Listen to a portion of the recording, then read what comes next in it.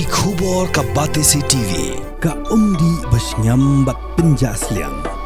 Rupa Premium Meghalaya.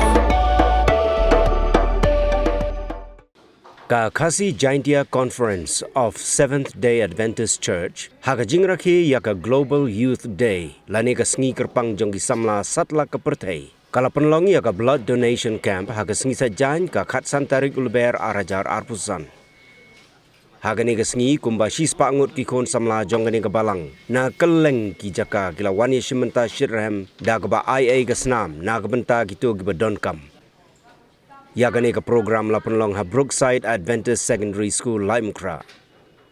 Laban kedau ba jing temu ba kongsan jong jing ais nam a kalong ban yarap ya ki bapang ki bashitom ki baduk jing kermen ki ba jinjar bat ki ba kuslai ki bom dan lat ki bom dan lenti da kumoi pat ban yo snam ban yo jing em bat jing kermen.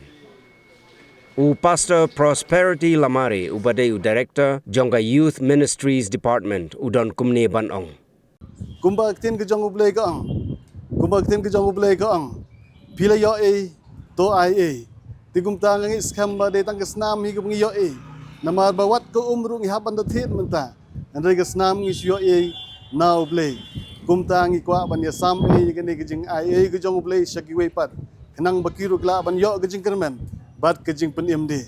Kublay shibon ya ka Batesi TV namar ba Pila sim bat broadcast ya kini program gujong itu boleh enkur ku yapi bat ki perlok perjor ki besngau kini khubor aku aban kentu yapi baro bapin ya aisnam kat badang don kepor namar banadu khat prasnam hadu ndri phosnam kila kloy leni ki hospital ki kloy ban sim ya kasnam jong pi naga banta ban ai shigi wei pat kamdon jing sneu kamdon ke nogono ga jing kedon gijing bha naga banta ban aisnam wat ila deruhi to ai boleh enkur ku yapi baro